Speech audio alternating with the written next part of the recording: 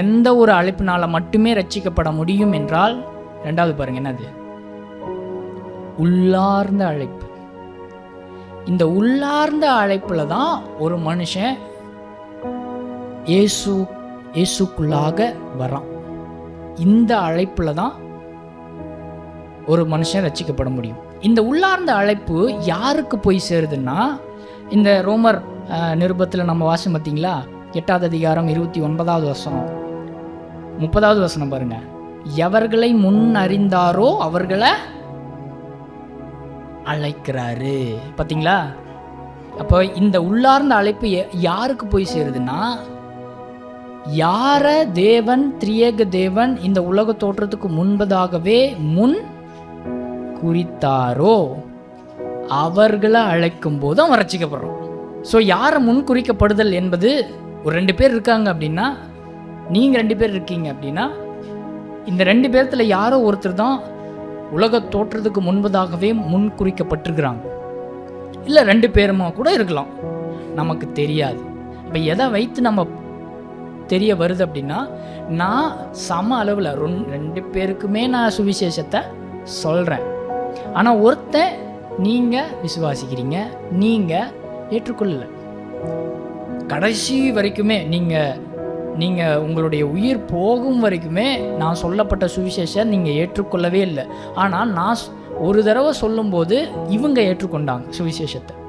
இது எதை வைத்து நம்ம எப்படி ஒருத்தர் ஏற்றுக்கொள்கிறாங்க? காரணம் என்னவென்றால், சம அளவில் எல்லாருக்குமே அந்த சுவிசேஷம் சொன்னாலும் தெரிந்து கொள்ளப்பட்டவர்கள் யாரோ அவங்க ரட்சிக்கப்படுறாங்க.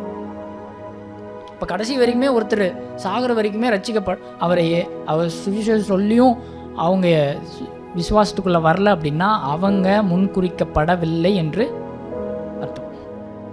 இப்போ திட்ப உறுதியான அழைப்பின் மூலமாக மட்டுமே தான் ஒரு மனுஷன் ரட்சிக்கப்பட முடியும். வெளிப்புறமான அழைப்பினால எந்த மனுஷனும் ரட்சிக்கப்பட முடியாது. அப்போது ஒரு கேள்வி இந்த இடத்துல வருது, என்னன்னா, உள்ளார்ந்த அழைப்பினால மட்டுமே ஒரு மனுஷன் ரட்சிக்கப்பட முடியும் அப்படி என்றால், எதற்கு முதலாவது ஒரு அழைப்பு, அதாவது வெளிப்புறமான அழைப்பு இல்லையா?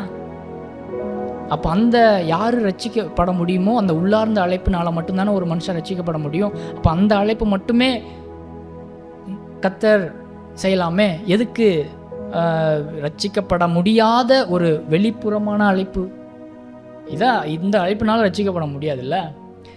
ஏனென்றால் நம்ம சொன்னேன், இந்த காரணம் என்ன? வெளிப்புறமான அழைப்பு சொல்வதற்கான காரணம் ரட்சிக்கப்பட முடியாதான். இருந்தாலும் அவனுக்கு அந்த சுவிசேஷத்தை கேட்கக்கூடிய வாய்ப்பை கொடுத்துட்டார். ரெண்டாவது என்னதுன்னா, வரப்போகிற நியாய தீர்ப்பை உண்டான அறிவையும் அவனுக்கு கொடுக்குறார். அப்போ நியாய தீர்ப்பு நாளில், ஜட்ஜ்மெண்ட் டேல, இயேசுவை பற்றி எனக்கு தெரியாது, கடவுளை பற்றி எனக்கு தெரியாது அப்படின்னு சொல்ல முடியாது. ஏன்னா இந்த உலகத்தில் இருக்கும்போதே சுவிசேஷத்தை கேட்குற அந்த வாய்ப்பை கர்த்தர் கொடுத்துட்டார். நீங்கள் கேட்டுட்டீங்க. ஸோ அந்த ஒரு அறிவை கொடுப்பதற்காக வெளிப்புற அழைப்பு. ஸோ நோ எக்ஸ்கியூஸ், யாருக்குமே எக்ஸ்கியூஸ் கிடையாது அந்த நாள். இரண்டாவது அந்த இதுதான் வெளிப்புற அழைப்பு. இன்ன வரைக்கும் சொன்னது வெளிப்புற அழைப்பு. எல்லாருக்குமே சம அளவில் நன்மைகளை, சுவிசேஷத்தை எல்லாவற்றையும் அனுபவிப்பார்கள். எல்லாருமே, ரட்சிக்கப்பட்டவங்களும் சரி, ரட்சிக்கப்படாதவங்களும் சரி. எபிரேயர் 6வது அதிகாரம் 4வது வசனத்திலிருந்து 8வது வசனம் வரைக்கும் கூட இங்கே பாருங்கள், நான் படிக்கிறேன். இந்த வெளிப்புற அழைப்பை பற்றி தான் சொல்லப்படுது. 4வது வசனம், ஏனெனில் ஒரு தரம் பிரகாசிக்கப்பட்டும் பரம ஈவை ருசி பார்த்தும் பரிசுத்த ஆவியை பெற்றும் தேவனுடைய நல்வார்த்தையும் இனிவரும் உலகத்தின் பலன்களையும் ருசி பார்த்தும் மறுதலித்து போனவர்கள் தேவனுடைய குமாரனை தாங்களே மறுபடியும் சிலுவையில் அறைந்து அவமானப்படுத்துகிறபடியால் மனம் திரும்புவதற்கு ஏதுவாய் அவர்களை மறுபடியும் புதுப்பிக்கிறது கூடாத காரியம். 8வது வசனம் வச்சு நீங்கள் அதை படித்து பார்த்தீங்கன்னா இது எதை சொல்லுது அப்படின்னா, ரட்சிப்பை இழந்துறதை பற்றி சொல்லலை. நீங்கள் சர்ச்சில் நம்ம சர்ச்சில் வந்து ரட்சிக்கப்படாதவங்க கூட வராங்களா, நாளைக்கு சர்ச்சுக்கு வாங்க அப்படின்னு சொல்லிட்டு புதுசாக யார்கிட்டையாவது நீங்கள் போய் சொன்னீங்க அப்படின்னா அவங்க வருவாங்க. சில பேர் வர்றாங்க. ரட்சிக்கப்படாதவங்களும் வருவாங்க. வந்து என்ன அவங்களுக்கு என்ன வருது, அவங்க அந்த டைமில் என்ன ரிசீவ் பண்ணிட்டு போகிறாங்க, அதான் இங்கே இந்த வசனம் சொல்லுது. அவங்க பிரசங்கம் பண்ணப்படுது ஞாயிற்றுக்கிழமையில், அந்த பிரசங்கத்தினால் வருகிற நன்மைகளை அவங்க பெறுறாங்க. அப்போது ரட்சிக்கப்படலினாலுமே சர்ச்சுக்கு வர்றவங்க அந்த ஒரு ஆசீர்வாதத்தை பெறுறாங்க. பார்த்தீங்களா? இதுதான் இந்த வசனத்தில் எபிரேயரில் சொல்லப்படுது. ஸோ இது எல்லாமே பாருங்கள், இது எல்லாமே வெளிப்புற அழைப்புங்க. எல்லாருக்குமே கர்த்தர் அழைப்பை கொடுக்குறார், அந்த வாய்ப்பை கொடுக்குறார், தேவனுடைய வசனத்தை கேட்கும்படியான அந்த அறிவை கொடுக்குறார் எல்லாருக்குமே.